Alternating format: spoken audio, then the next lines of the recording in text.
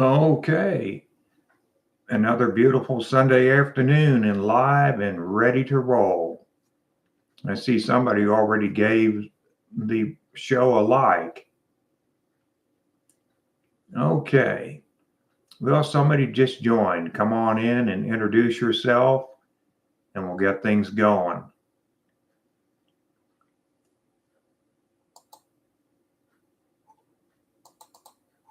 Yeah, this is a Linux Hour chat questions and answers Sunday at 3 p.m. Eastern Time. And this is the live stream. Looking for some people to join us. Come in and ask a few questions. Make yourself at home. And while we're waiting for some people to join, I'll recap some information here that about video editing. And I have 64 gigabytes on this computer to do video editing with, but on the very largest project I've ever done, the most RAM I've seen used is 32 gigabytes. So that leaves quite a bit more headroom for an even larger project. And on the subject of video editing, 4K seems to be the sweet spot for a small-time filmmaker. And I don't see that 8K TVs will become popular here in the U.S. yet, even though you've seen some at Best Buy, some demos of some 8K television sets. But it'll be a long time before 8K comes along here in the United States, mainly because of the lack of content for it. And studios and retailers have also announced that 4K is the end of physical media. So the only way we're going to see 8K is over streaming. And right now, some streaming is done in 4K, but generally you're going to pay a little extra for that 4K content. So in terms of 4K versus 8, it's really all about the prevailing broadcast and the theater standards. What's projected on the screen in movie theaters is kind of a hybrid between Blu-ray and 4K. It's kind of like 3.5K is what you see in the movie theaters. So right now, it doesn't make sense at this time for a small filmmaker to be working on an 8K workflow. Also, the other reason for that, the justification, is the storage. Generally, if you have a 4K camera and you're saving all of your clips and you do your filming at a moderate rate of filming, you're going to accumulate about 4 terabytes per year of content. So obviously, if you're doing that at 8K or even 12, that number is going to jump way up. Okay, we've got a couple lookers out there. Now come on in and introduce yourself in the chat, ask a question, tell us a little bit about yourself. I'm located here in beautiful Kingsport, Tennessee, and the weather today is stunning. It's a very comfortable 64 degrees and a crystal clear, deep blue sky. And I'm wearing my new Star Trek shirt today. Yes, it is from the original Star Trek series.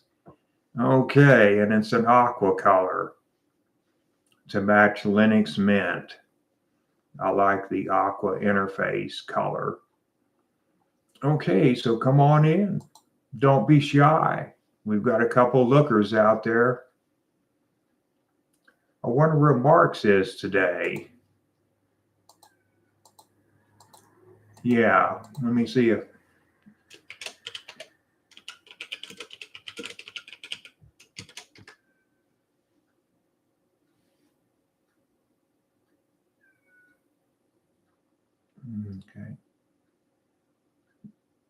okay. All right. Let me just remind someone.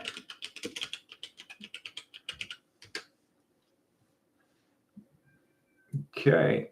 He got tied up there. Our co-host got tied up with a question there.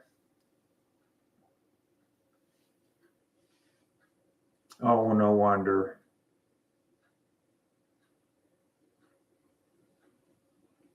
The 3060 mobile, that's still a good graphics card.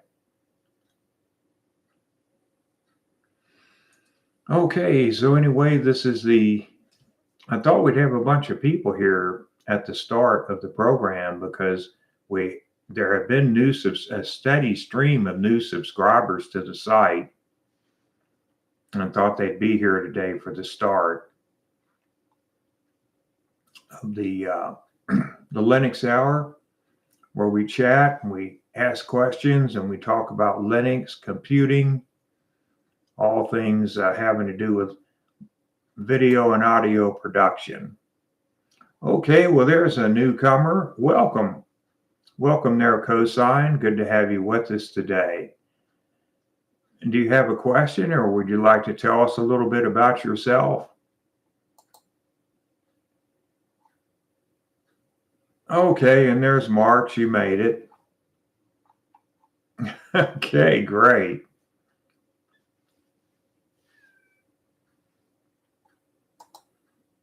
So before you got here, Cosine, I was given a recap of video storage for small filmmakers, running through the different scenarios. Okay, Donald, good to have you. You were here last week, weren't you? Okay, of course, I'm a fellow Linux user. Would you like to see my desktop? Okay, we can do that. We can take a look at the entire thing. How about that? Whoops. There we go. Yeah, and there's the Linux Mint Discord chat going on there right now. I spend quite a bit of time there. I've got some coding going on there, and this is to access some remote computers. And let's go ahead and stop the sharing. So we're back with you all here. How about that? Okay, well, I'm not using OBS right now, but I will be in the future after I get rid of this crappy cable connection and get a nice connection like Mark's has. No more of this cable. I'm moving to fiber next week because on the last streamcast here, at the very end, there was all this breaking up mess. And I said, man, I've had it with Spectrum cable. I'm moving to fiber. So here's the story. Neighbors on both sides of me have fiber, and I'm taking my laptop over this week to my neighbor's house, and I want to find out what the true speed is on fiber versus cable. But I think I'm going to make the jump there, Marks, even without performing that test, because my upload will be so much faster. But when I was listening to the replay last week of the stream, there was all this breaking up going on. I said, how could that be? Well, hello there, True Cat. You're new. So introduce yourself. Where are you at? Tell us a little bit about yourself. How's the audio quality? Are we getting some good audio today?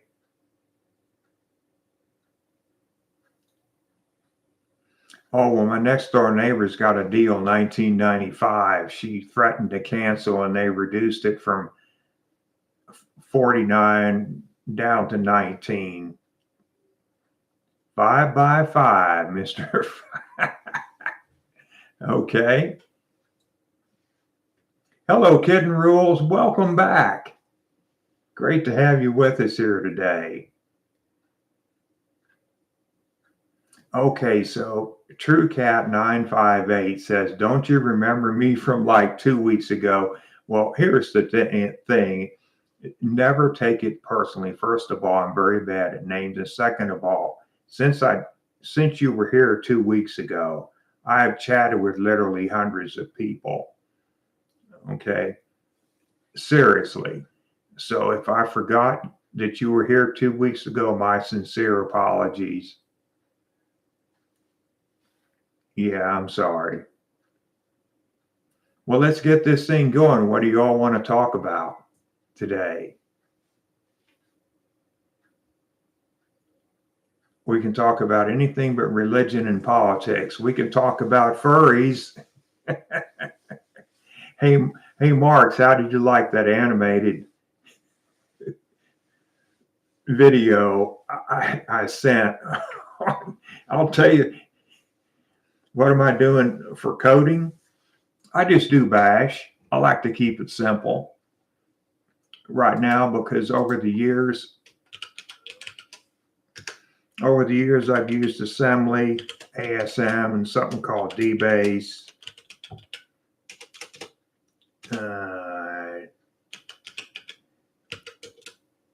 EasyTree, and many others.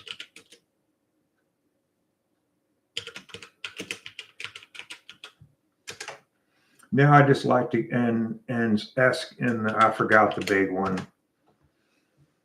I used to do a lot of database work, but now it's just bash scripting.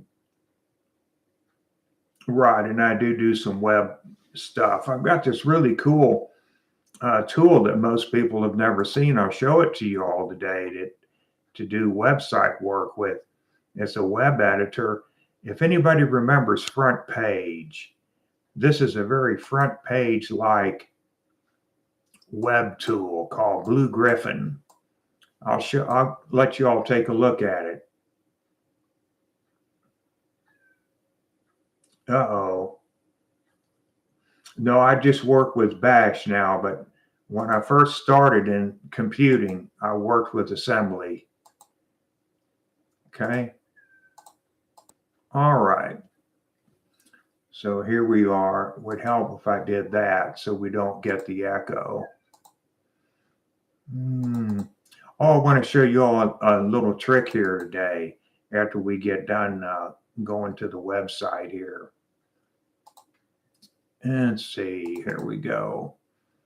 So this is a personal website that I maintain, and I use this editor here called Blue Griffin to maintain it, but I also have another tool that's very helpful, another editor that, let me stop sharing this one. I'll share the entire desktop. There's another cool editor called Bluefish. I don't know if you've all ever seen it. Okay, is this thing still working? Okay, let's open up. Let's get where we need to go. And we'll just open this up and there we go. This is a pretty interesting tool because it does a lot of HTML5 for you in completion work. Yeah, it's called Bluefish. Yeah, you can get that in your repository. It's a cool little editor. It doesn't have the GUI interface that this one has. Okay, but you can also look at the source here, toggle over. Look at the source information. Okay, did that work okay to everybody?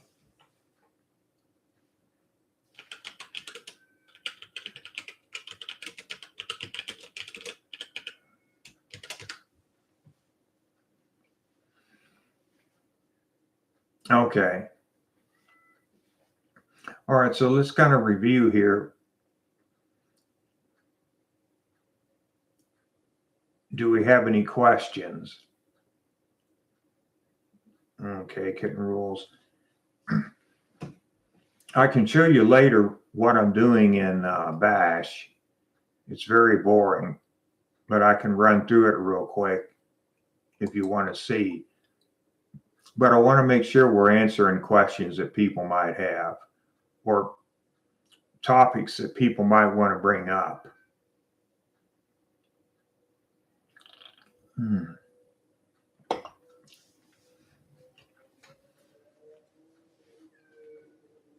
Yeah, so we had another person who joined. Come on in, put your name, introduce yourself here in the chat. Let's get this thing rocking.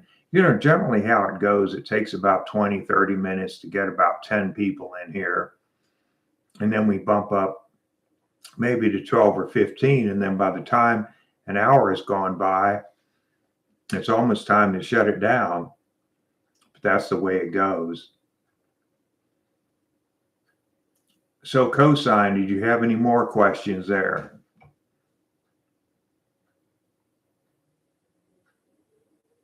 No, I hadn't heard about that because I'm trying to ignore all that, because what's happening is everything is getting so fragmented now with processors.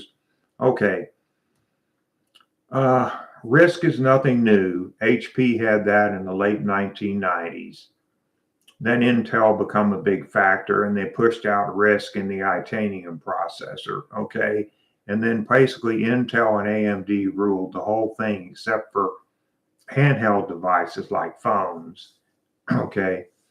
And now for phones, we've got we have all these different companies that make processors for phones. But now we're starting to see some of these old processing architectures come back in laptops, and now they may be making their way back into the desktops.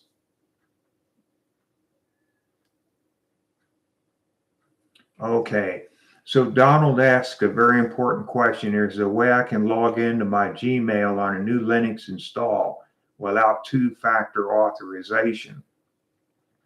I don't have a cell phone or any phone for that matter. Well, you can use another email account. You can try that. Matter of fact, I have an email account just for that. That's not a Gmail account for two-factor authorization.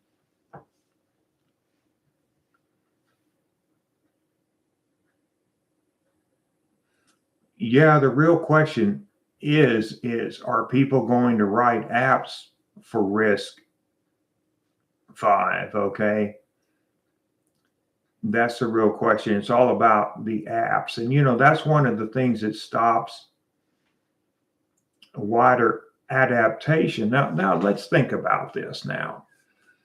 Okay, Linux has been around for two decades. Okay. So the question is, one thing that's stopping Linux from being more popular is lack of applications that do things like they do on Windows. It's called Adobe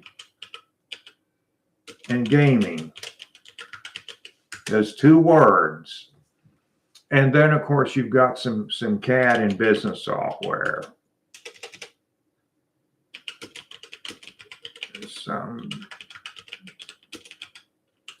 An example would be QuickBooks.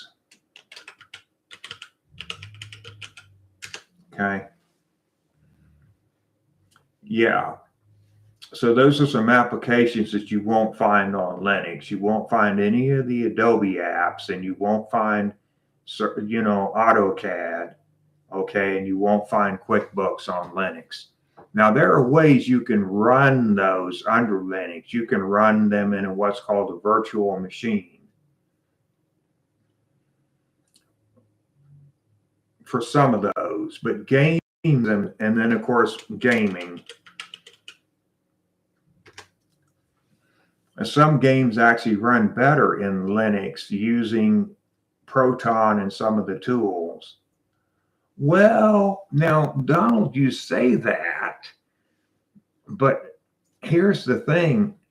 The average gamer, average gaming person, they're not used to jumping through hoops to play their games. They don't know about things like Wine, Proton, and all the others.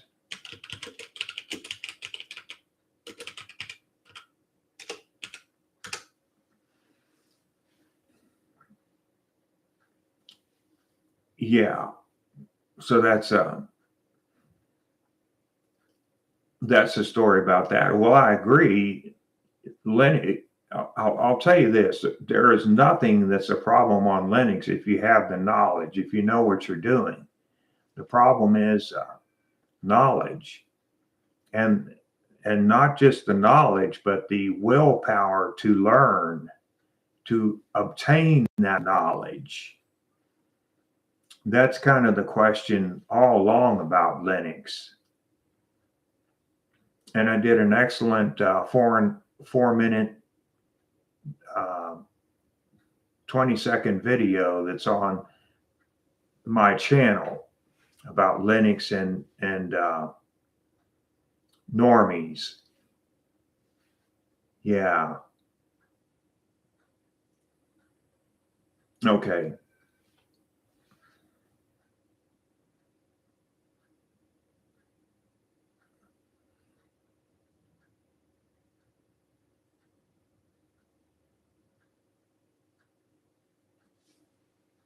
Okay, so Mark's reported that the sound volume just dropped. Yeah, everything here looks normal. Did it come back up? Yeah, see, I think that's a problem between my internet provider and YouTube. Yeah, did the sound volume come back up, Marks? Everything looks good over here. Everything looks good over here. Okay, you say it's still low.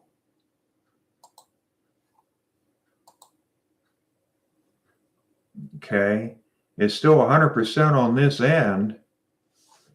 I don't want to cause it to spike, but everything here looks good.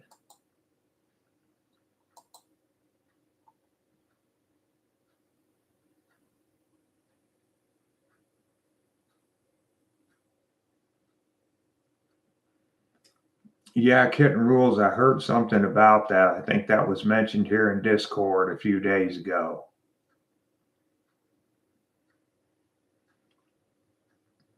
Well, anyway, back to Kitten Rules comments, the biggest problem for gaming is that right now games work only in Steam, excluding competitive games, excluding VR. Additional tinkering may be required. See, I don't understand the anti-cheat thing. See, I'm not a gamer, but I don't understand why people would want to cheat in a game online with other people. See, I'm not a competitive gamer. I'm not really a gamer. So what's the incentive to cheat when you're playing with people online?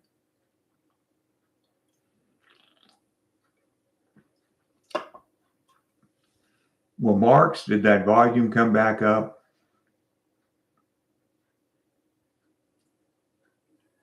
Okay. All right.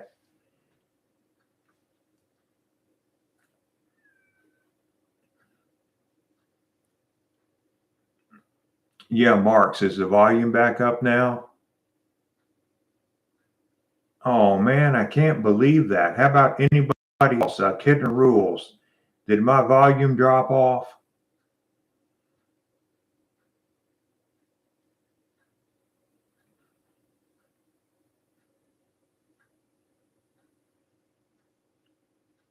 Yeah, if somebody else could give me an audio report. Kitten Rules. Did my audio just drop down and never came back? Okay. I don't know what the story is, but a lot of other live streamers have problems with audio too, so it wouldn't be the only. It's like you step back from the mic. Well, I'm checking everything here and the volume is still at 100%. It's still 100. Okay. It's still 100 over here.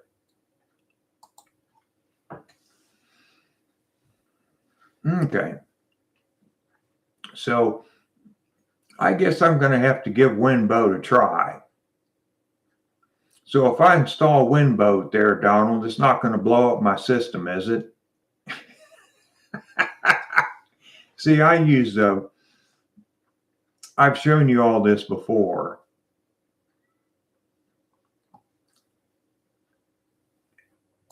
I use a virtual machine by a company some people don't like. I use VirtualBox to play games under Windows XP because, see, Windows XP will play games designed for Windows XP, obviously. It'll also play Windows 95 games. Yeah, I don't know if you heard that sound or not. I was bringing it up. I'll tell you what, if we have a bunch of people come in here today, I'll play a game of Windows XP for everybody. How about that? We have a good turnout. Oh, speaking of alpha and beta software, you know, we're going to be honest here. Okay, we're not going to put other people down, and we're not going to say unkind things, but we are going to tell the truth. Okay, everybody ready? Ready for the big reveal? Cosmic, galactic disappointment. And I'm gonna copy and paste this into the chat. And then I'll talk about it because I spent the past year and a half of my life working with it. Okay. I remember when Cosmic was the first alpha, you couldn't even log in. Okay, you couldn't even log in when they first released it. It took like 4 or 5 months just to get it to where you could log in. You would install it, go to the installation. Everything worked fine, but then when you installed it on your own system off the ISO, you couldn't log in because of Wayland. So you had to keep jumping back and forth between Wayland and X11. Okay. But it's going to be released here on December 11. So what they did is they cut some features to make the release date, and it still hangs. It still hangs. So this morning, I wiped it off my test system. I have a test system in the other room. I just wiped it. I said,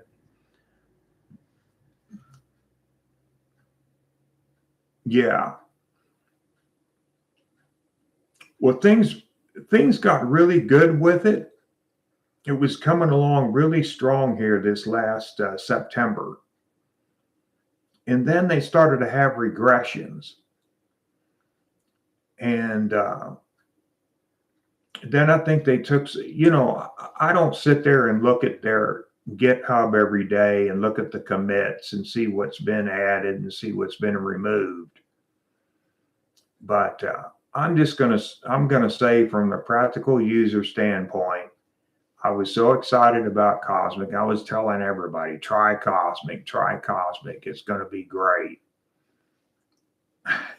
Okay.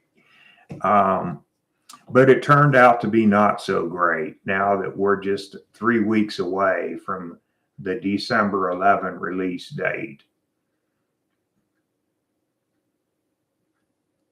Yeah. Well, that's right.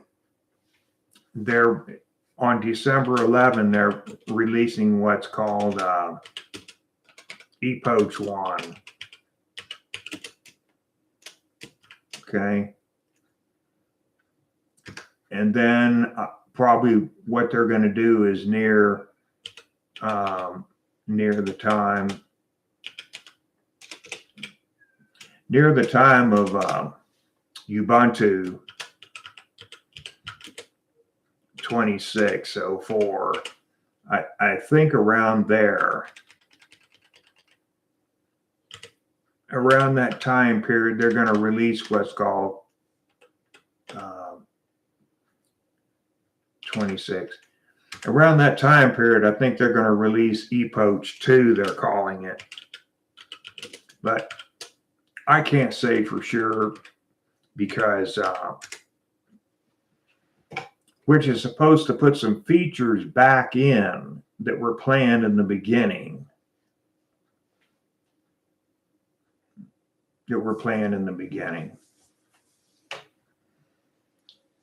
Yeah.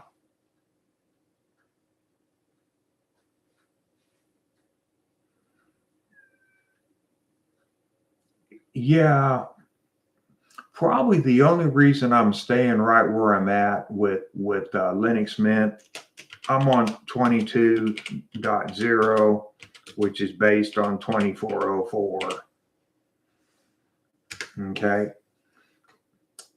The reason, Donald, I didn't jump to Linux Mint Debian Edition 7 is because I didn't want to interrupt my workflow with audio and video. And some of those programs have changed a little bit. For example, if you're using, matter of fact, I have them both installed on my computer because I'm testing, because I do a lot of graphics work. I'm actually testing GIMP 3.0.6. Here, I'll show you on my screen. I've actually got both versions installed. You all probably want to do a lot of the time. I do a lot of testing of things. I like to look ahead. So when we go over here to graphics, see, I've got the latest version installed, and then I've got the one that comes with the repository. Okay, the 24.04 repository, Ubuntu. And what I've discovered is if you save a file under 30, well, if you save a file in GIMP 3, the previous versions can't read it. So like I have hundreds of GIMP files that if I save them in 3, I'm stuck at 3. I can't go back. And they did the same thing with a very popular tool here in Audacity. They changed the file structure in Audacity where they changed it completely. And so if you save files in the latest version of Audacity, they can never be read in previous versions. So you're stuck. I kind of don't like that. That's, whoa, what happened there? So what I wanted to do was, right now I'm very busy and I don't have time to deal with some of these, especially when it comes to audio and video production. Things just have to work. So that's why I'm staying with Linux Mint 22.0 based on Ubuntu 24.04, because I have a good workflow going. And when Linux Mint 23 comes out next year, then I'll kick the tires and see whether I want to change or not.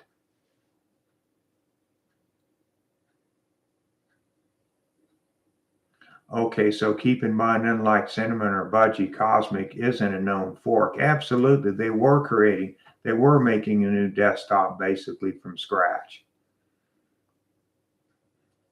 Basically, if you look at GNOME today, you're looking at 20 years of legacy code in GNOME. Okay, so they were going to try to do in 2 years what took thousands of volunteers, let's just say 15 years to create. I understand that. I understand. But my point is they probably shouldn't have promoted it as much as they did, knowing that it was going to take longer to come up with a polished product that you can rely on every day. That's my only problem. Okay, based on what I've seen, what the problems with what's called Cosmic Comp, which is their compositor.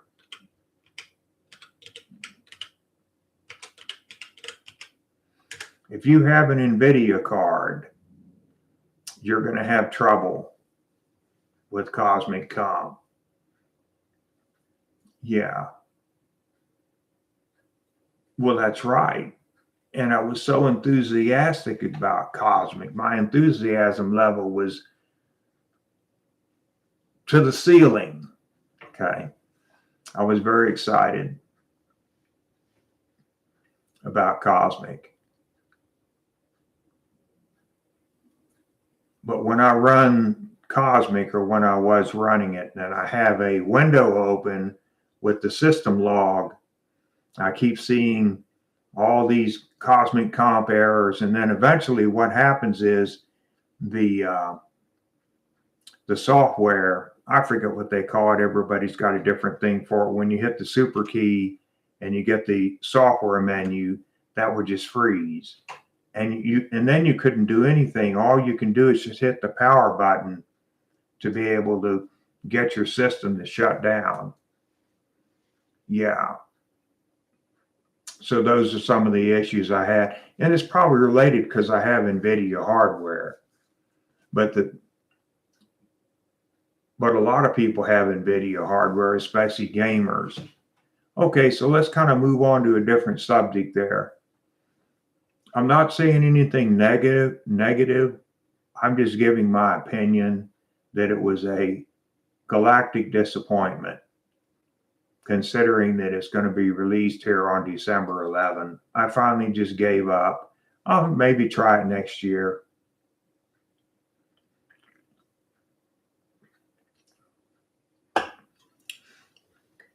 Well, now, Donald, I have a story to tell you about AMD. I have literally burned up AMD video cards, literally. Like a toaster, ping, ping. Okay. The thing is with AMD is they don't care that. They're like NVIDIA. They don't care that much about Linux. Okay. So the problem with AMD is you have to wait until they push their drivers out to the kernel. But here's the problem. Different distros, different distributions have different kernel policies. Some give you a kernel that's fresh from upstream, within 2 or 3 weeks from the time that Linus approves the new kernel. Okay, like 617. All right. So there's always this staging delay. All right, between when AMD has the kernels, when they provide the kernels to Linux, when Linux puts it in the kernel, then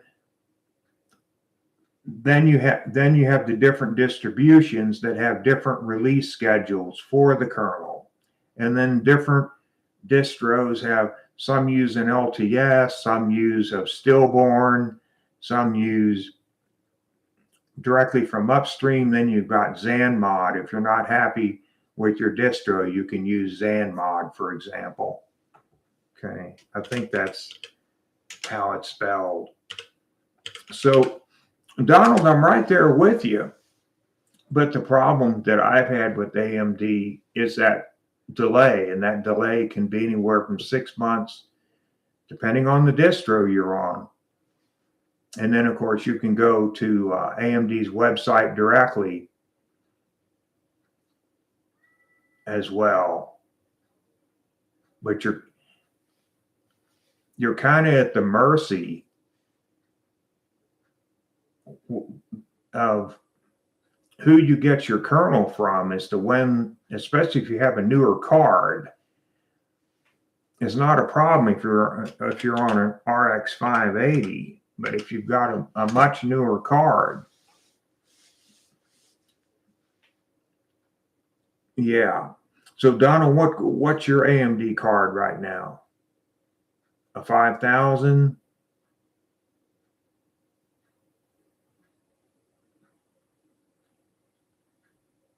Oh, a 580 is golden.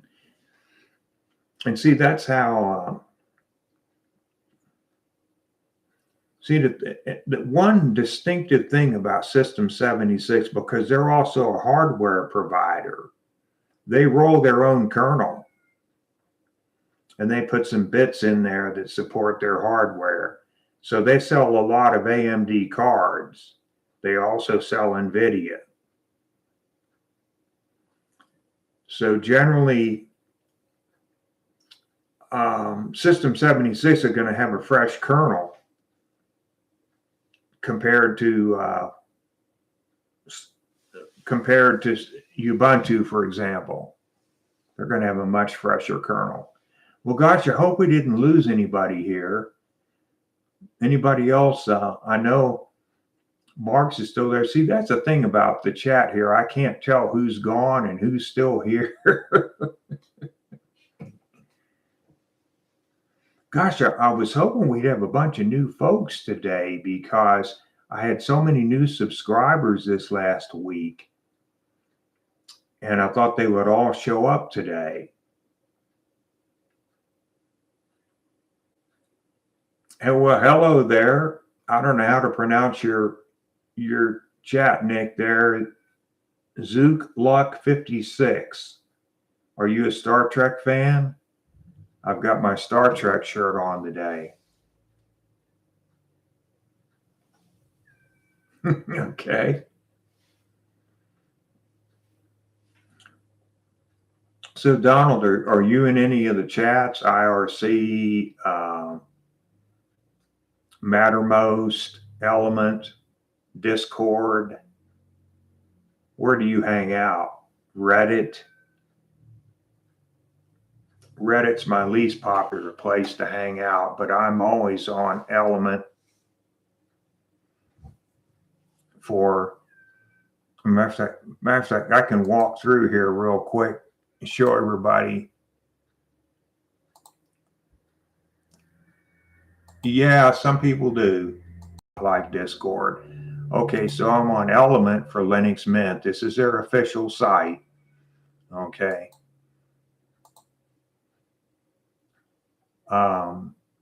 And then here's Mattermost for System 76. Okay. I'm on Mattermost. Then this is the one that Donald doesn't like for Linux Mint. I'm in here for System 76, Zorin, which is not a lot of activity. This is one of the most active servers on Discord, is the one for Linux Mint. But I'm also in here for photography and filmmaking, sound design, experimental music, more photography, movies and filmmaking, and other hobbies in here, and YouTube small content. Not much activity there. And I'll tell you what, with Discord, I make a liberal use of the ignore feature, because some people will just sit in here. Some of these young people will sit in here and troll all day long. And I just can't put up with that. Then there's the old internet relay chat. Okay. There's Debian off topic, and then # Linux Mint on Libera. Okay. So did that make any sense?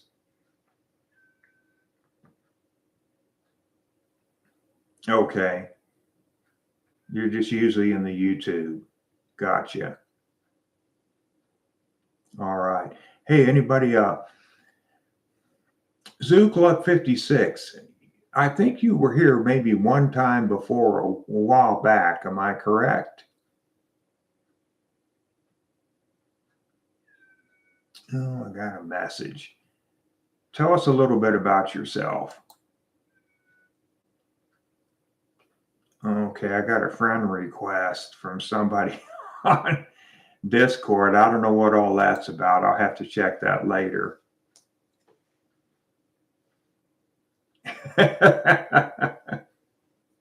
You put that West Virginia polish on it where it just rolls off your mouth. Some people in Tennessee talk like they've got some marbles in their mouth. Yeah.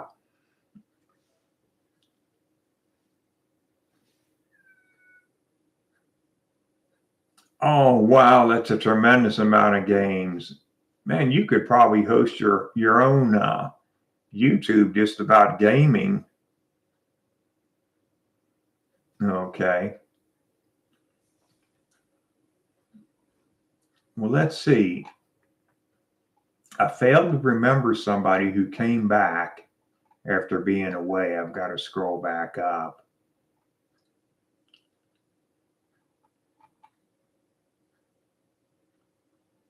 And see who that was. Well, I know Kitten Rules for sure. Who could forget a chat like that? North Carolina is what he means.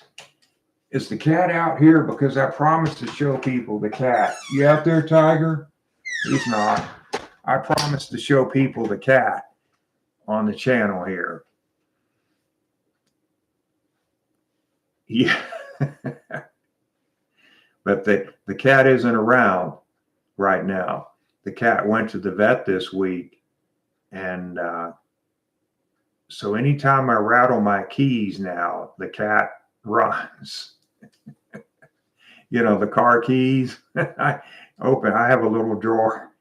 I get those car keys in my wallet out. Every time those keys rattle, the cat thinks, oh my gosh, he's going to take me to the vet, because the cat's been in the vet like 2 times in the last 3 weeks. Yeah. Hey, I see we have some other people out there. Come on in. Introduce yourself here in the chat window. Put your nick in there. Let's chat some.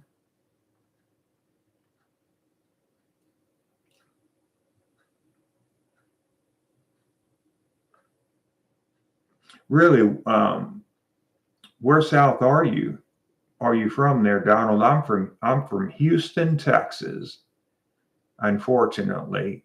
But I live here in beautiful Kingsport, Tennessee. Actually, I live outside of Kingsport, Tennessee. I live in what's called an unincorporated community that is just 2 miles from the Virginia border. I'm just in a beautiful, sweet spot here. I don't know why I was thinking I might be moving to Los Angeles. Oh boy. Yeah. Oh, really? You're from New York and you live in New York. You live in New York proper, or upstate New York, or tell us more, Kitten Rules.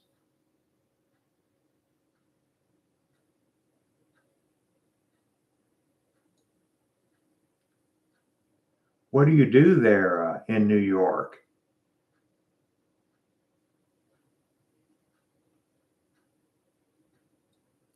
Oh, wow. You're in New York proper. In Manhattan?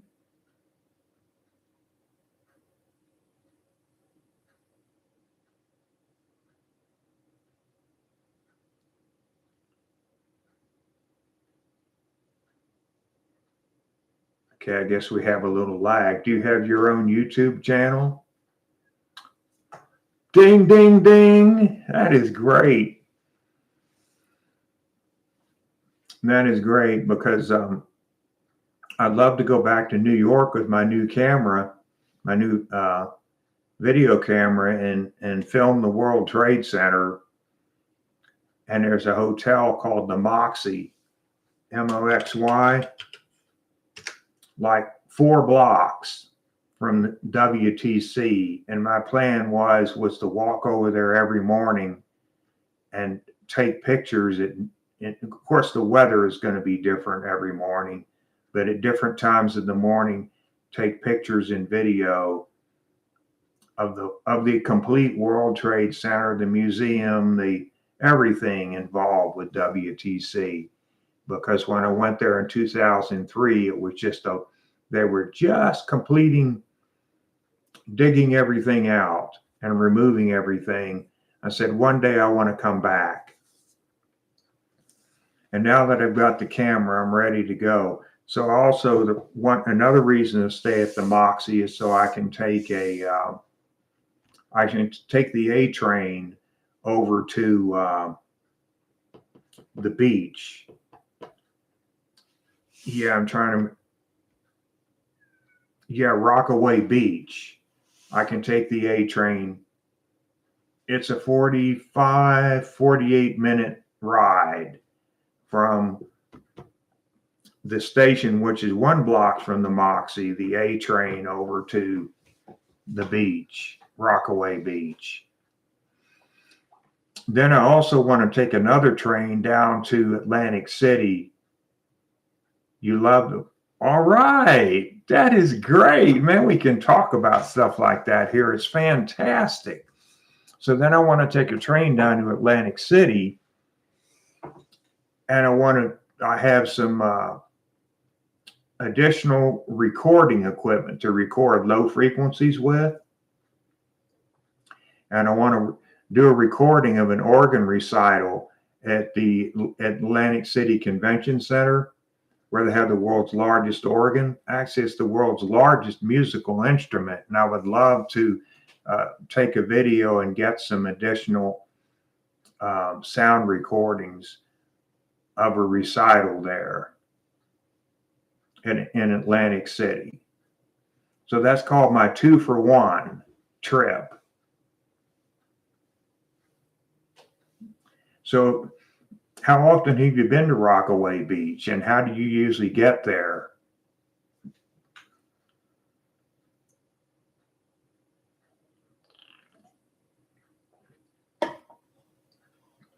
Again, we can talk about anything we want to here that doesn't involve religion and politics. So we're talking geography here, and trains and organs, Atlantic City. We're talking historical stuff, World Trade Center.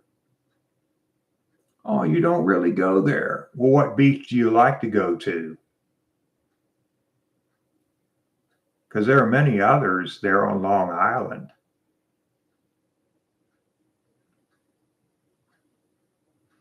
Let me just ask you this, since I've never been to the beaches there, because the last time I was in New York City, it was in February. Okay, I couldn't even go outside of the Empire State Building because they said it was hazardous because icicles were falling off and things like that off the building. So obviously I wasn't going to go to the beach. I couldn't even step outside.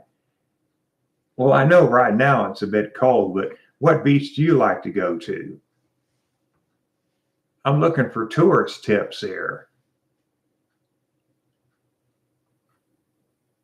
I love New York City. Oh, I love the cold. Matter of fact, Donald, I'm disappointed. It warmed up here. See, I have my bed, and then I have all these different blankets, and they're weighted blankets called cocooning. And last night I had to strip all the blankets off the bed because it got so warm. It was 68 here in the house, or 70. Okay. I got you. Oh, I like it when it's 64 here in the house. And then I can cocoon up in those blankets. I would let the temperature drop even more, but I don't want to hurt the tropical house plants. I don't want to lose them.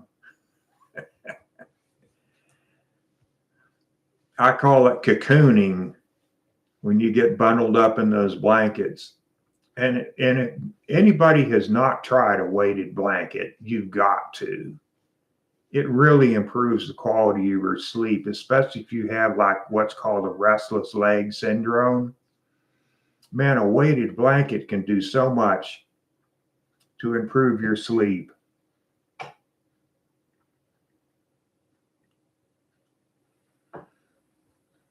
Okay, what's 63 here, and that's in Fahrenheit.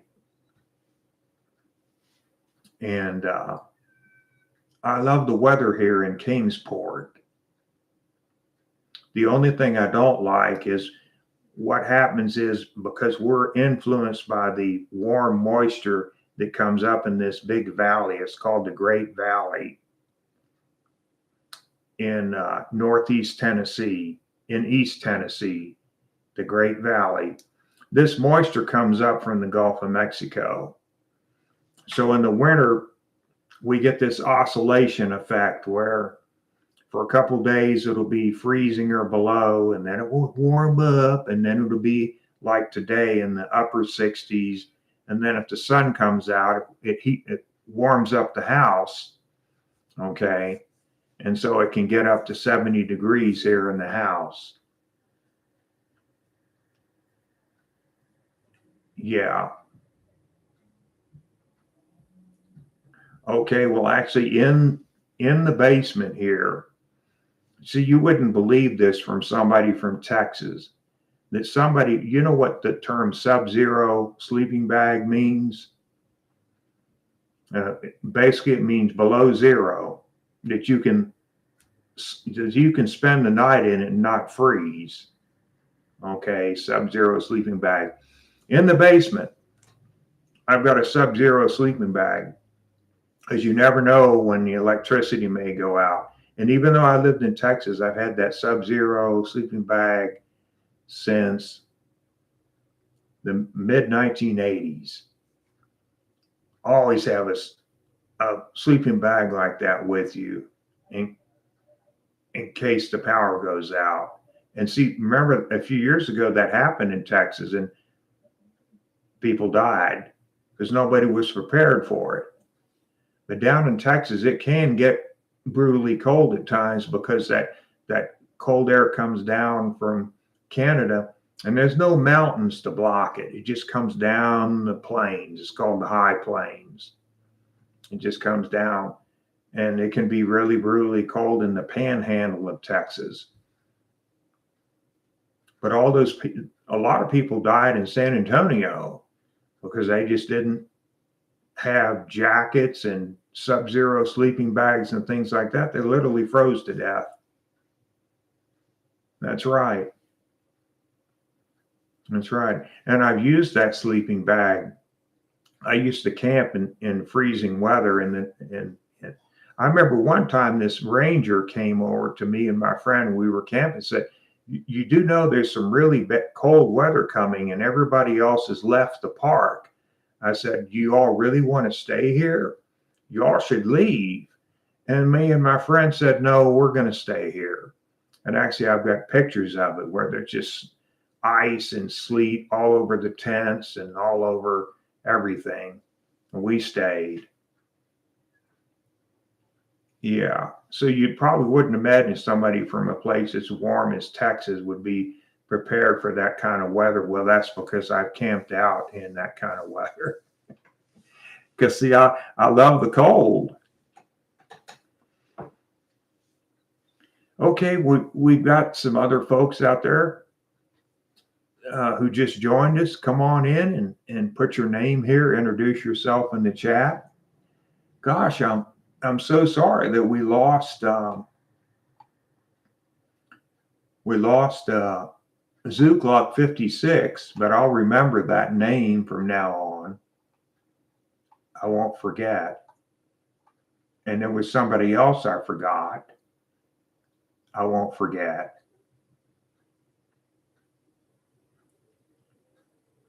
Yeah, let's see. We had Cosine in here. I don't know what happened to them. Yeah, I can only scroll back so far until it replays. Okay. So now you know my story. See, even though I grew up in Texas, I played ice hockey and did things that are associated with northern activities and places in cold. Matter of fact, we don't even have an ice rink here in this area. You have to go down to Knoxville if you want to play hockey. There's no hockey here in this area. But my hockey days back there, my hockey days are long behind me. My body is so beat up.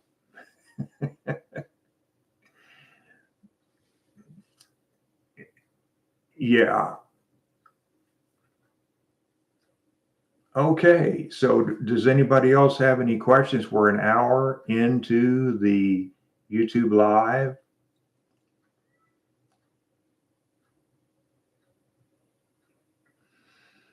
So Kitten Rules, what do you do up there? It's very expensive to live there. And how long have you been in New York proper?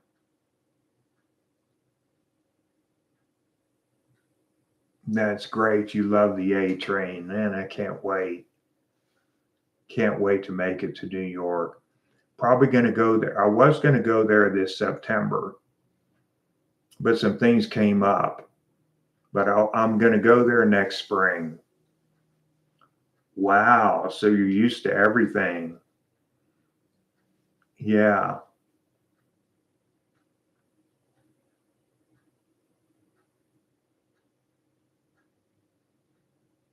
Okay. Well, Donald, thank you so much for joining us. By the way, any comments about my Star Trek shirt?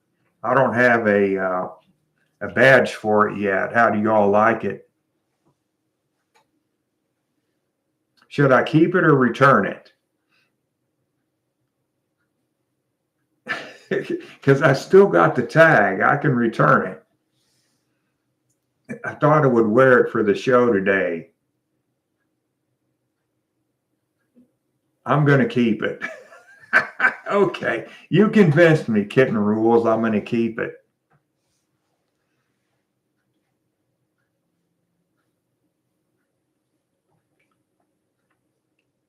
Yeah, the original series. Yeah.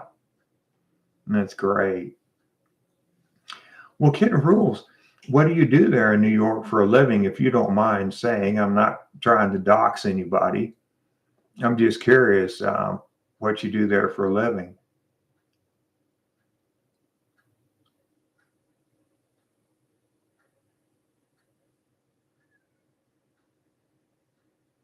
Well, that's because I don't have a badge on it yet. It's just a raw shirt. Yeah.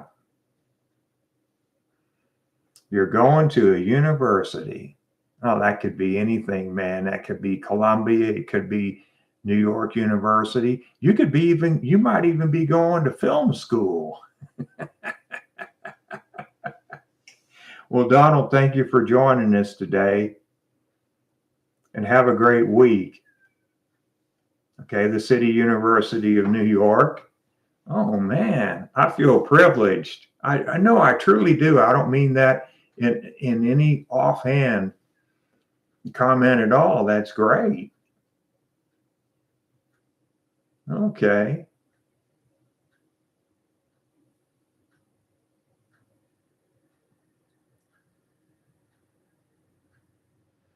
Okay, specifically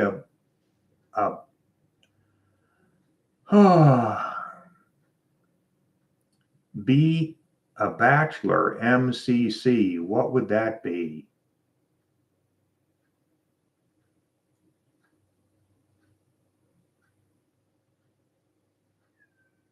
Oh, okay, the community college. Okay. I thought you meant your degree that you were pursuing. Nowadays, there are all these extra, acronyms and initials and everything. Yeah. Matter of fact, a few weeks ago, I wore my computer science. A couple of weeks ago, I wore my college graduation gown. We had cap and gown day. I think you were here that week. Well, actually, it was on a Thursday. But next week, I'll do cap and gown day again. Yeah. Okay. So do you work there and go to school, or you're just a full-time student at this point in time?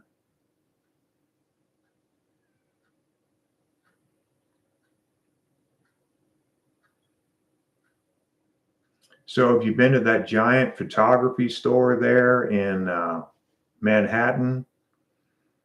I think it's a few blocks from where the Madison Square Garden is. I think it's a few blocks away. Okay. Yeah, is it B&M? Is that the name of that? I think it's B&M Photography, if I'm not mistaken. You ever been there? Like I said, it's a couple blocks from Madison Square Garden. No, I think it's B&H. Yeah, that could be it. Yeah, that's it, B&H. Yeah. That's one thing I want to do when I visit is go there. And because I've talked to some of those people over the phone, I like to meet them in person and pick up a few things while I'm there. You know, in almost all other cities, all the photography stores have closed. You can't look at anything in person anymore. Yeah. And there are a few places in Los Angeles and San Francisco that still do developing, that still do film processing.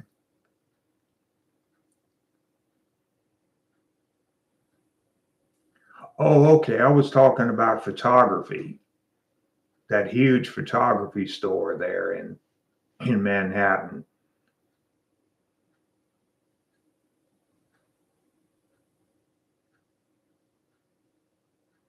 Boy, I would love to go take a tour of that place.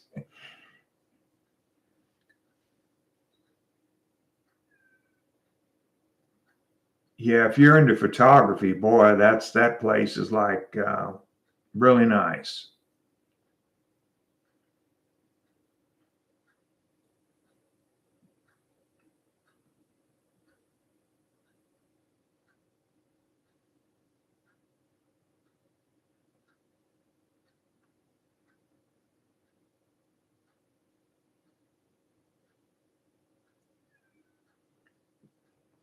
Well, I suppose you all have heard the price of DRAM is going up because of data center and AI requirements.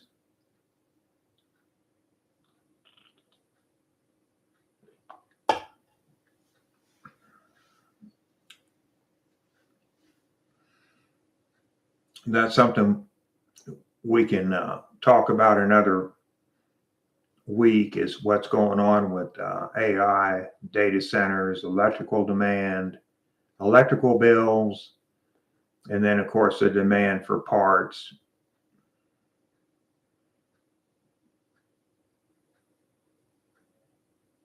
Oh, well, this whole AI bubble is going to burst. You know, I've seen this before with the internet bubble. This is going to be a lot worse because there's so much more money involved in it. It's going to be crazy when this thing, because the truth is none of this AI is making any money. And the thing is eventually investors are going to wake up, and what they're going to do is they're going to pick three winners. They're going to pick three winners, and everybody else is going to lose everything. And what will happen is the few remaining winners will buy out everybody else's tech. Okay, that's how it always works. You know, if you don't believe me, 40% of the 40% of the websites in this country are hosted by one company. That was unthinkable in 1998.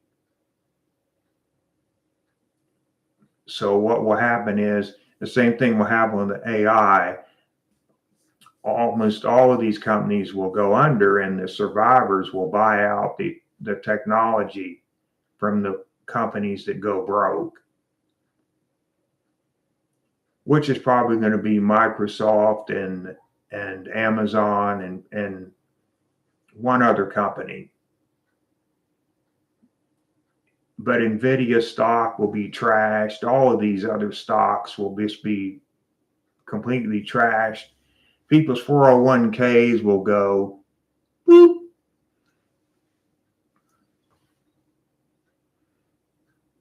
Yeah, it's going to be a very unpleasant. And already they're talking about government bailouts for the AI giants. They're talking about bailouts, folks, and it hasn't crashed yet.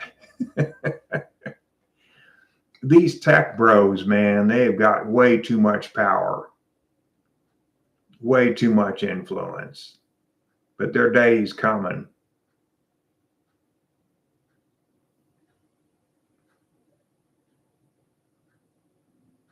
Right.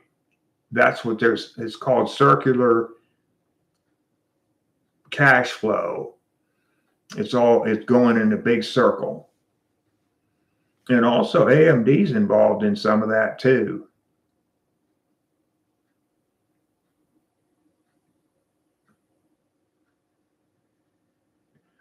Well, sooner or later, the merry-go-round will stop.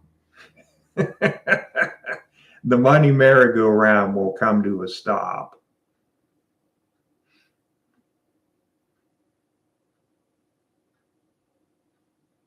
The unfortunate thing is going to have a ripple effect in the rest of our economy because the money is so big.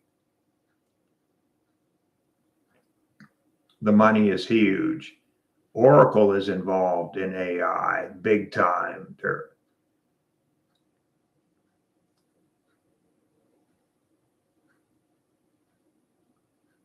See, the thing is, Amazon provides a service through Amazon Web Service. They also have a retail. They're a giant retailer.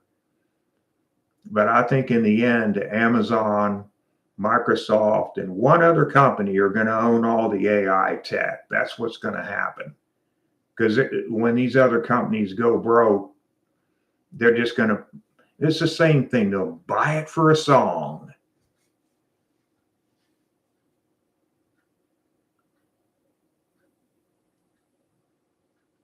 Yeah, it's going to be bad.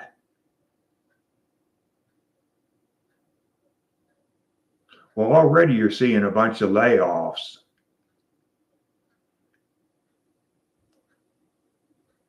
That's just the beginning.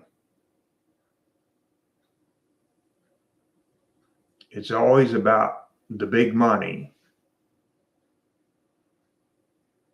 And they're already counting on the government coming in to bail out AI, you know, if it goes broke.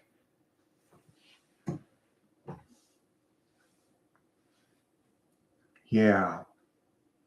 And it's great that we can talk about this where we're not censored or restricted, or whether any of us have a personal bias or anything like that. You know, the news today is, you can't trust the news anymore. It's all payola. You just can't trust the media on either side. You know, they all lie. They all have their advertisers to keep happy. Yeah.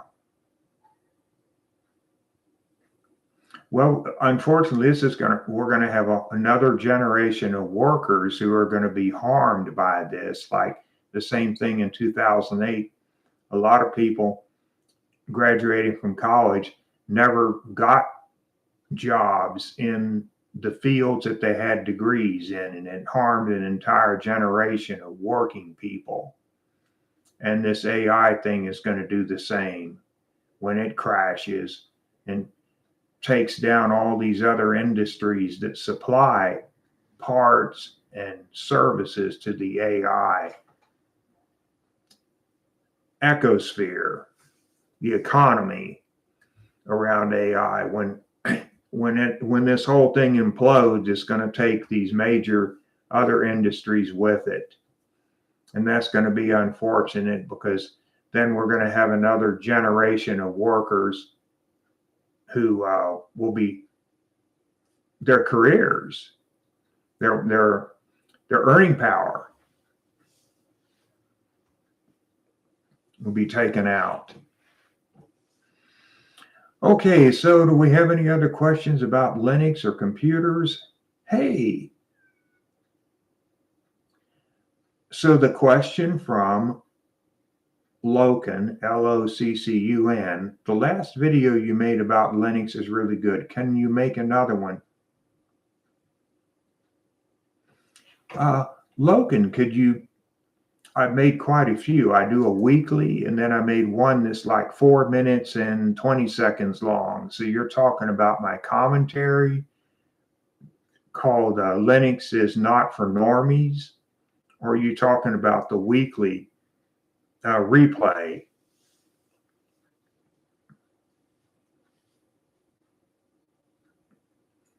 Because I do plan to make some short 4-minute videos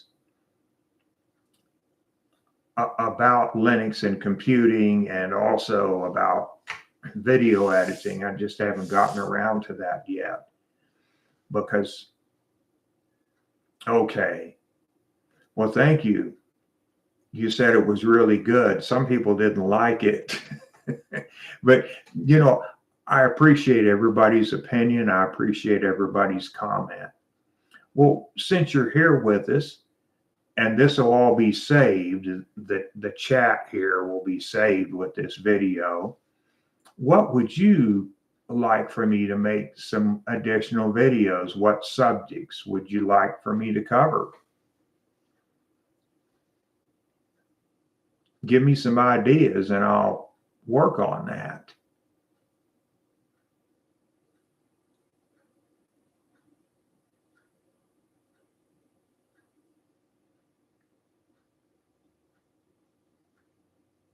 Well, Kitten Rules, you're just circle back while I wait to hear from Loccun there. Circle back to your comment. We already have a lot of people homeless. Think about that thought.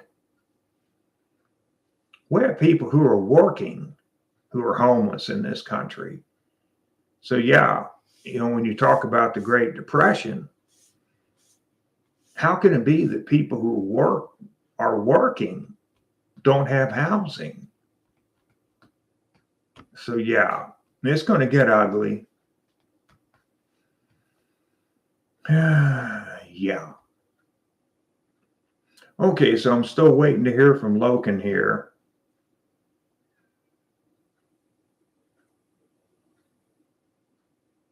Okay, the less talked about parts, like, hey, hello there,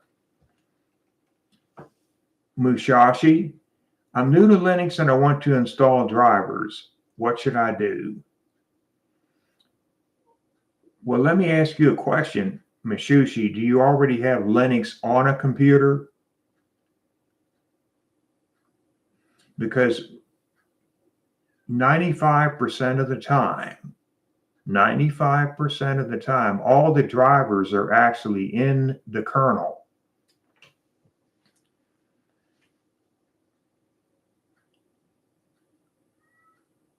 With the exception would be NVIDIA drivers.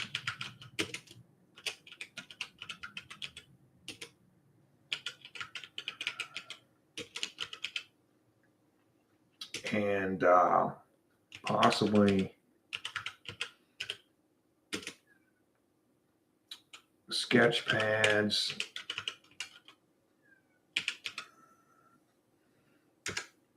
I'm a bad typist. I misspelled possibly.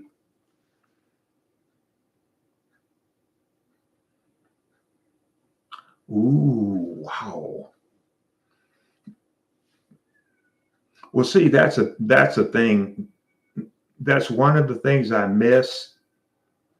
Kitten's rules about living in a big city is being an informed citizen.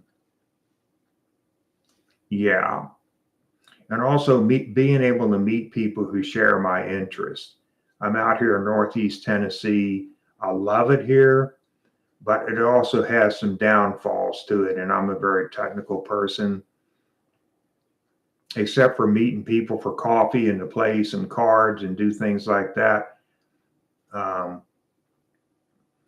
Well, I have a lot of other interests, everything from astronomy on down, A to Z. Okay, so you used Ubuntu. I installed some Steam games and now they feel slow. Okay. Well, that could be because of the tool you're using to play the games in. You install what's called you installed Steam on top of Ubuntu, basically, is what you did. And then you installed the games, correct?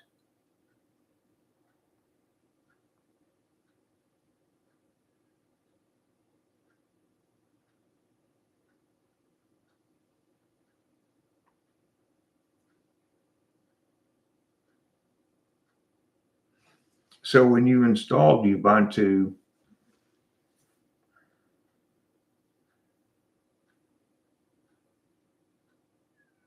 okay. So what kind of, is this on a laptop, a desktop, and what kind of graphics card do you have? Hello there, Fuquad. Did I say that right? Fuad Quad or Foud? Is that how you pronounce hello? Thank you for joining us today.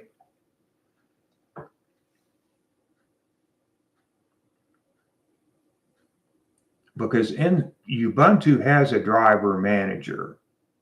Okay, this is your second attempt to join us. Okay, good. I'm not sure where you are, what your time zone is this afternoon here, where the stream is. Okay, well, thank you for joining us today. So back to Musashi's question is, I'm not sure what your hardware is, because if you don't have your driver, your video card driver isn't properly installed, and then you install these games, things are going to go slow down.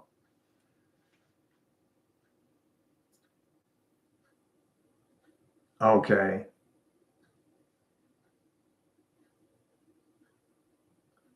All right. I'll take that into consideration there, Logan. I think that can be done.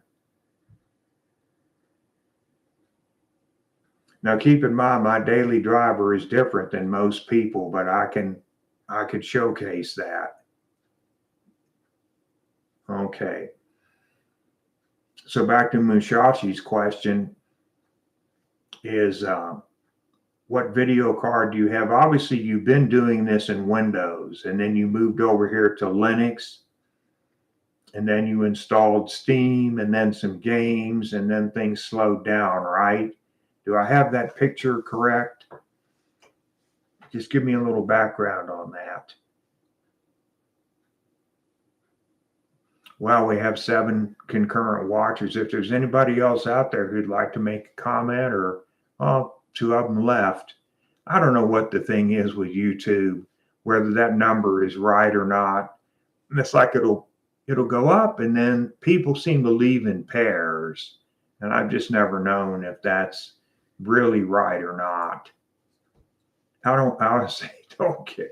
I just want to make sure anybody who joins has an opportunity to ask a question and be involved in the conversation.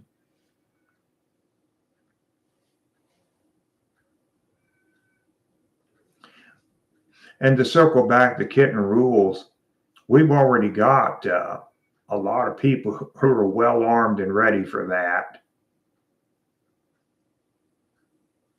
You know, they're called private militias. We've already got that in parts of this country. They're as well armed as the military is, because a lot of these people are ex-military from these wars. Okay, so you've got a question here. Let's hear it.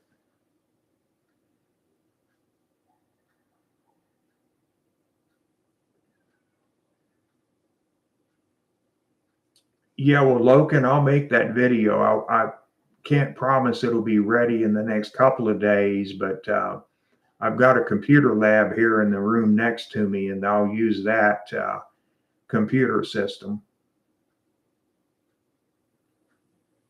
Okay. All right, I got you there. You moved to Linux this week permanently. All right. So what's your concern? Okay, Linux Mint, that's a good one to start with. Is it Cinnamon? What's called the Cinnamon edition.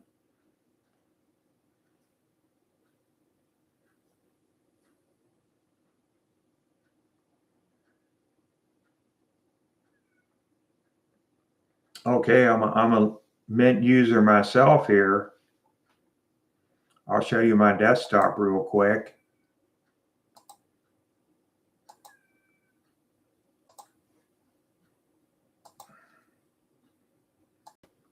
Yes, things here are very busy. In fact, I hadn't had time to show you all my game here in Windows XP yet, but maybe we'll do that next week. Okay. Yeah. So this is my desktop. It's big. I need a lot of space for video editing. I don't like to have to tab back and forth. Okay. You know, the different workspaces like you do in GNOME. I like to have everything in one big monitor. Okay, enough of that. I want to answer questions here. But there's my Linux Mint.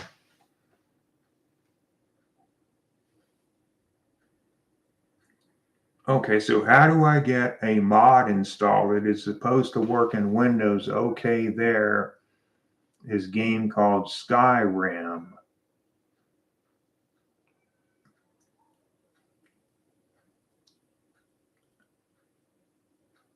How do I get the Novus installer to work in the Mint? Let me see what I can find here. That's Novus install working in Mint. Just a second. Oops.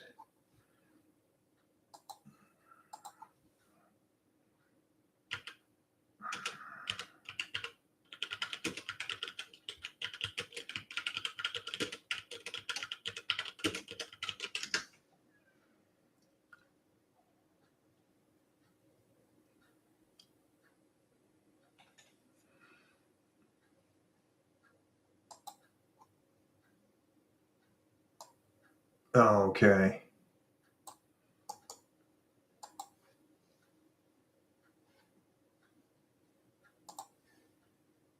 Here's an answer. Here we go.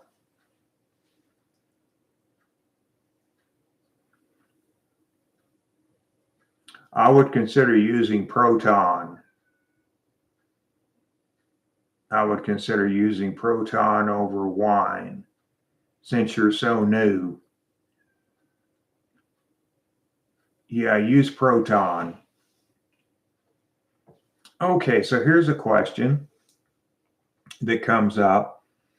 Study medicine with... Okay.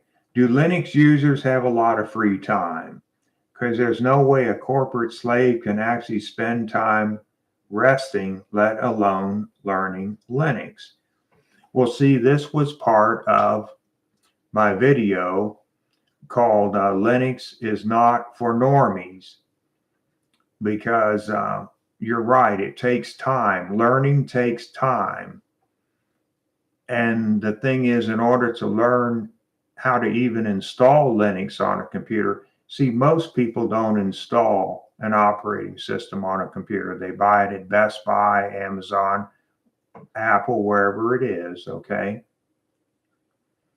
And so people bring the computers home and they turn them on, they put their name in there and their password and their phone number, whatever Microsoft wants or Apple wants, and their encryption, and their everything's already installed. And then they go to something called the store, okay, and they just do a few mouse clicks and it installs everything. You give them you type in your credit card number and you're done. Okay. With Linux, you have to do all that yourself. You know, you have to install the operating system. Then you have to learn how to get the applications you want on your system if they're not already included. And Linux Mint is easy. They've got like a version of the software store called the Software Manager. Okay. But it just, do Linux users have a bunch of free time? Well, a lot of Linux users are actually students, because there's no way a corporate slave can actually spend time. Actually, they can, because when I was a corporate slave for Texaco, I used to do database programming in the evening and also run a hockey league. Okay. So you have to push yourself. You have to be motivated. It can be done. Yeah. Now, if you have children, that could be a whole nother story.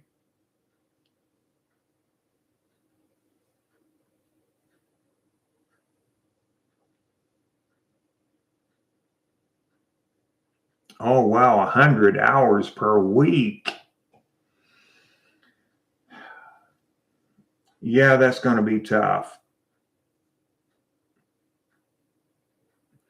But see, here's the story. A lot of Linux users are people who were involved in computing, but they've either lost their jobs or they've retired, or they're students learning computer science.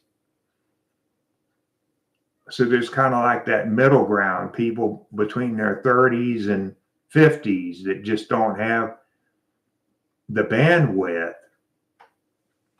to learn Linux.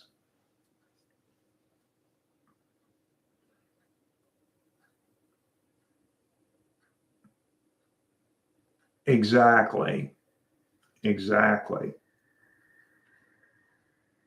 Yeah, so let me give an example here of some of the things that are made easy here in Linux Mint.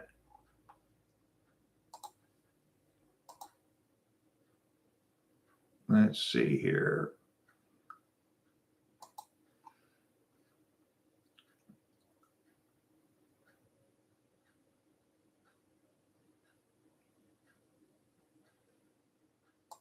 Let's take a look at something in Linux Mint.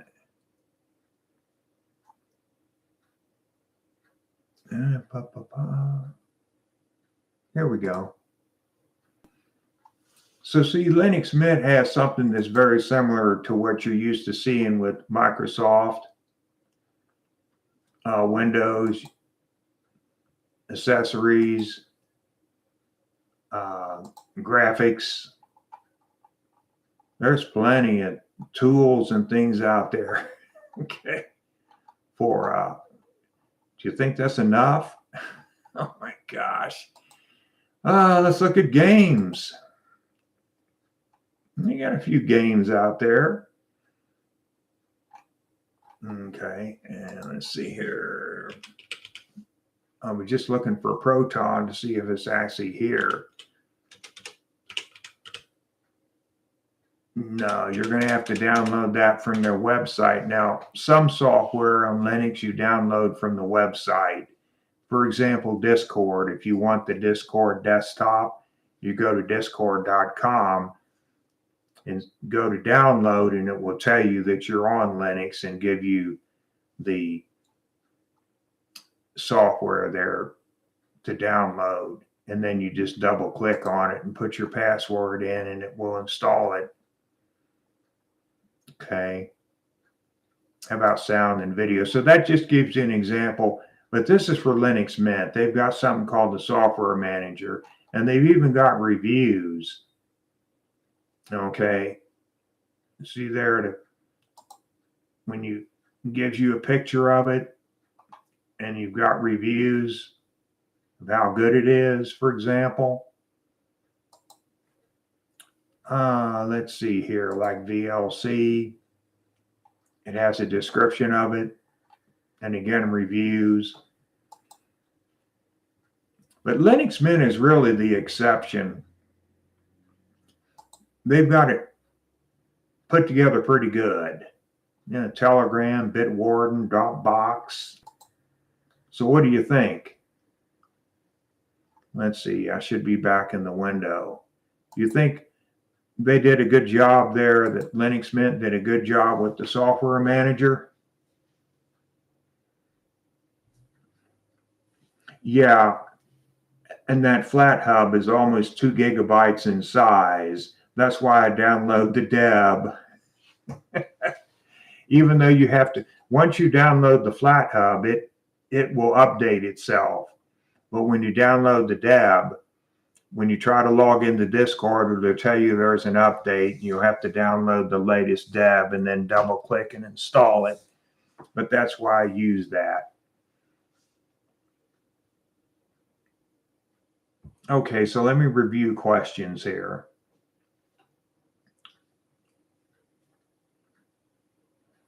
Okay, what's the Windows Task Manager equivalent? I'm going to get to that. Right now, I'll show you what it is. It's called the System Monitor. Okay. Here we go. So here we are in the System Monitor. Here are your processes. You can look at them by, if you got one that's hogging the CPU, you can do a right click and kill it immediately. You can look at your disk storage and see what you've got there. And you can take a look at the resources. But the main thing is you've got control over the processes here. If you get one that's hung. Yeah. So that's going to be the equivalent. Yeah, it's called the System Monitor. And you'll have to install that separately. On some distros it's included, on others it's not. It's called GNOME System Monitor. Let me type that out.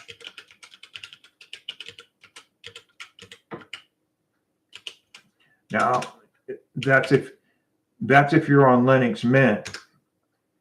KDE has one too. The KDE desktop also has something very similar. I can't remember. I think it's K syslog. No, that's not it. They've got a system monitor as well. Yeah.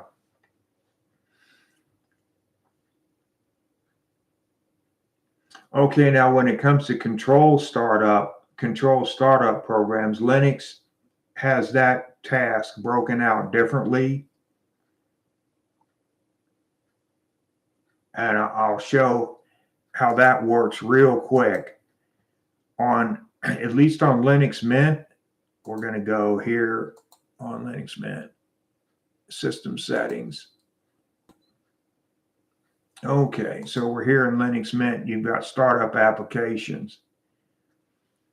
So in Linux, that's generally going to be broken out separately on the task. And see, I've got like my music player delayed 3 seconds because I don't want everything to start at the same time. I've got the system log delayed 2 seconds, and the system monitor automatically starts. So it's always there for me. Okay. So that's going to be your startup applications. So Linux kind of breaks that out to a separate utility. Okay, so feels less complex in the task manager. It kind of is. Yes, you can control startup programs, and actually a lot of programs like Discord have an option inside the program to start up automatically when you log in. That's another option in Linux too. Quite a few programs will give you the option to start when you log in. Okay? So I want to make sure I'm answering all the questions here, because a couple weeks ago, some people asked some questions and they got overlooked.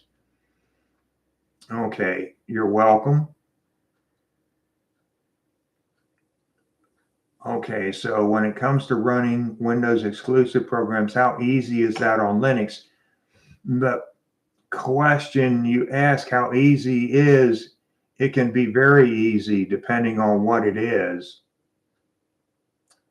Okay.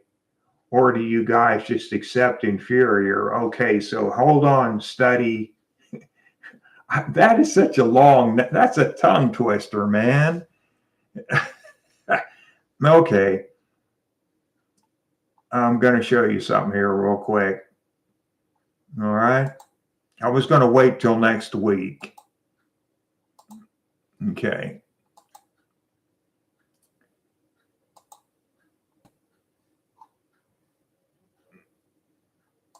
Okay. I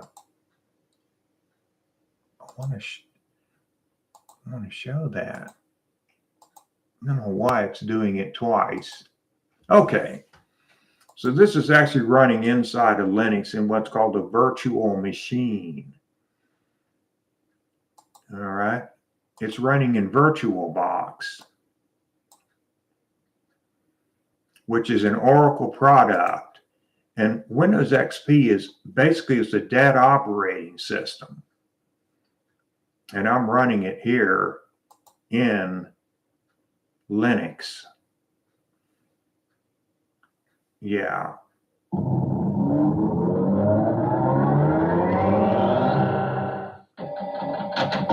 Yeah, I'm not going to play this game because the game I wanted to show, oh, well, we'll do a demo. Yeah. How about that? So that's actually a game that was designed for Windows 95. And it's sitting here playing in XP. We're going to stop because we'll do this another week. But anyway, there's some other dead software like Microsoft Music Producer. A lot of people don't even know what that is because Microsoft only released it for 1 year, version 1. Okay, there it is.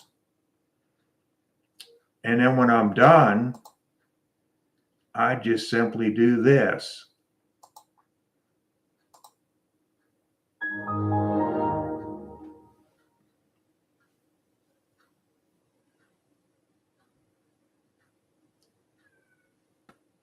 Okay.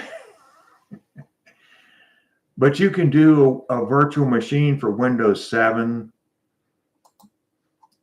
and other versions of Windows, Windows 8, Windows 7, Windows 10 even. Okay.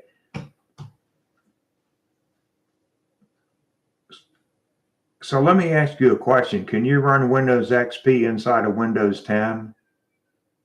Okay. Probably not that easy. Do you guys just accept inferior open source alternatives?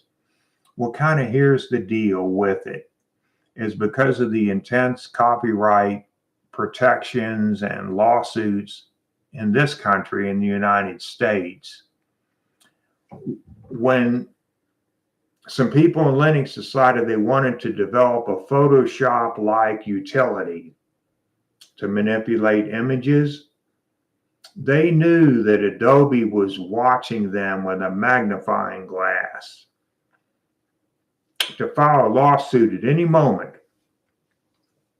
Okay, well, look, a lot of these people work for free. Who wants to lose their house over a lawsuit when they're developing free software, right? So the difference is they couldn't make it look like, they couldn't make the interface act like Adobe Photoshop. GIMP does a lot of the same things. Let me type in the word GIMP.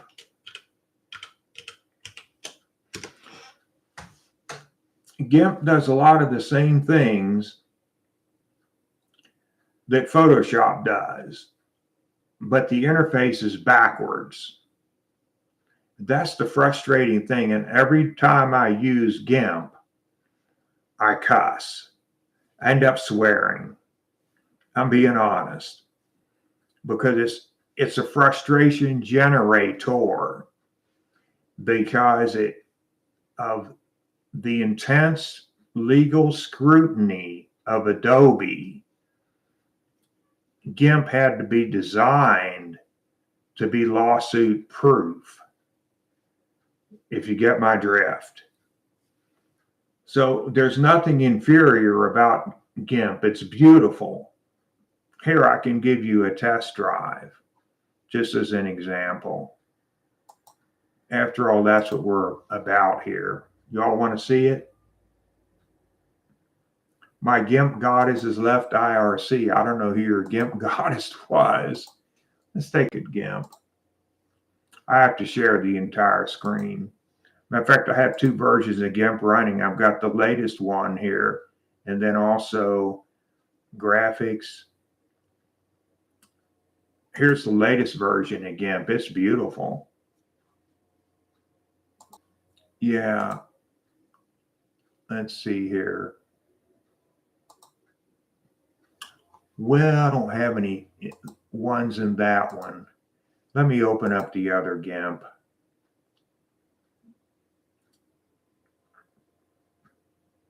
This is the older version.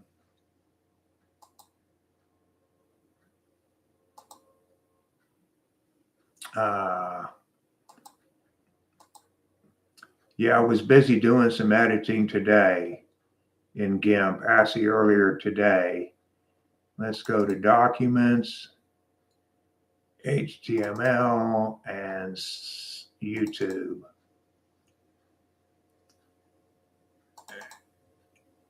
Yeah, things like that. I'm doing in GIMP. Yeah. And they've got a manual GIMP online. There's all kinds of plugins you can use with GIMP. Yep. So that's what GIMP looks like. And all the graphics you see on my YouTube channel, every single one of them was developed in GIMP. Okay. So so study medic and new. Where are you? Are you in the Philippines? Okay, I guess what you mean by inferior is it because it's too unfamiliar, you can't fully utilize its power. Right, there's a learning curve. You have to relearn the software. Now, that's not everything.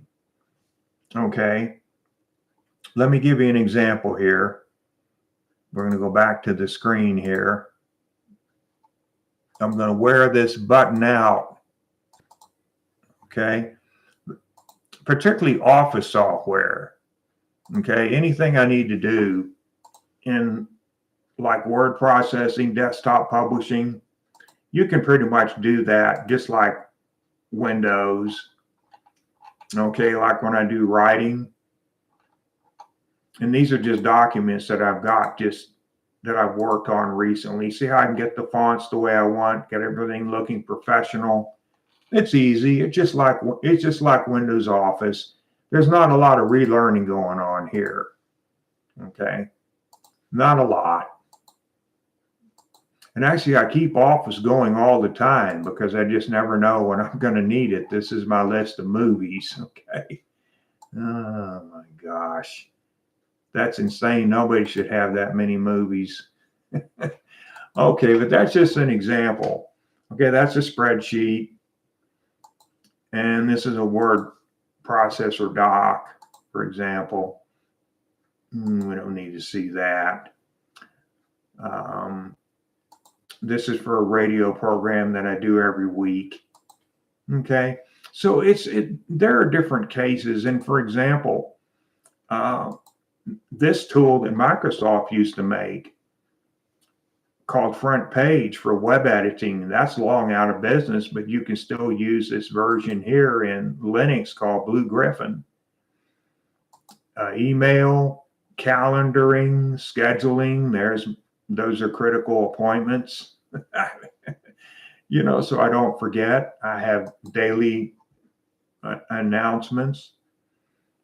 So that's just an example of what goes on here. Let me go ahead and close it so we can get some more questions in here. Have I answered some of your questions there? Close enough. Okay, you said your computer's lagging a lot. I think it might benefit from closing a few tabs or programs. I think it has to do more with this lousy connection that I have right now. I'm fixing to get fiber optic. I think that has to do with it because nothing is lagging over here. This is a very powerful computer with 64 gigabytes of RAM. As a matter of fact, I'm not even close to, I'm only using 15 gigabytes. I've got plenty free. So I think that's more due to my connection. Okay, so before we wrap it up, because it's almost 2 hours here, are there any other questions here this afternoon? Well, the real problem is I just don't have a real good upload speed, and that's going to change when I get fiber. I'll get 200 up and 300 up and down. Right now it's only 24 up, but there's a problem with my internet provider. Okay, so thank you for joining, and give it a thumbs up if you liked what you saw. And come on back next week, same time. Yeah, GIMP versus Photoshop versus Affinity Flameshot. Now, when it comes to video editing, you have some very good tools to use in Linux, because Hollywood does video editing in Linux. DaVinci runs in Linux. Yeah, for those who don't know that, I don't use DaVinci. I use something called Shotcut. A very easy and powerful tool. Yeah, to do video editing. Okay, so it's 1:54. We need to cut it. Are there any other last minute questions before we close the stream? Yeah, Mark, so you still there or you had to leave?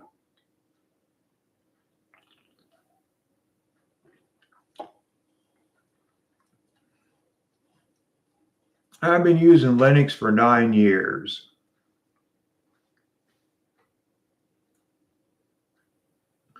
Yeah, Marks, did my screen slow down?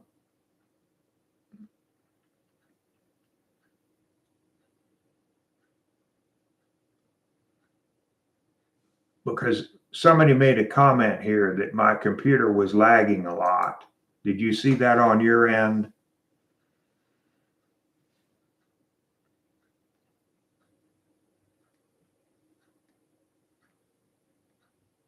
Okay. Well, that'll all improve with this new, with going to fiber is going to be the answer to some of these problems. Okay, so what I like to do is to gracefully shut down the program, the stream. I don't like to cut anybody off. So I'm going to ask one more time before I hit the button here that says end stream. Thank you, by the way, for everybody who came by today. Thank you so much for joining us. And be back here again the same time next week. If you're a subscriber, you should get a notice about 24 hours in advance. But it's always 3 p.m. Sunday, Eastern Time, United States. So before I end the stream, are there any last minute questions? Okay, I guess not. And thank you so much for stopping by today. We enjoyed it, and we'll do it again here next week. Goodbye, everybody, from Kingsport, Tennessee, USA.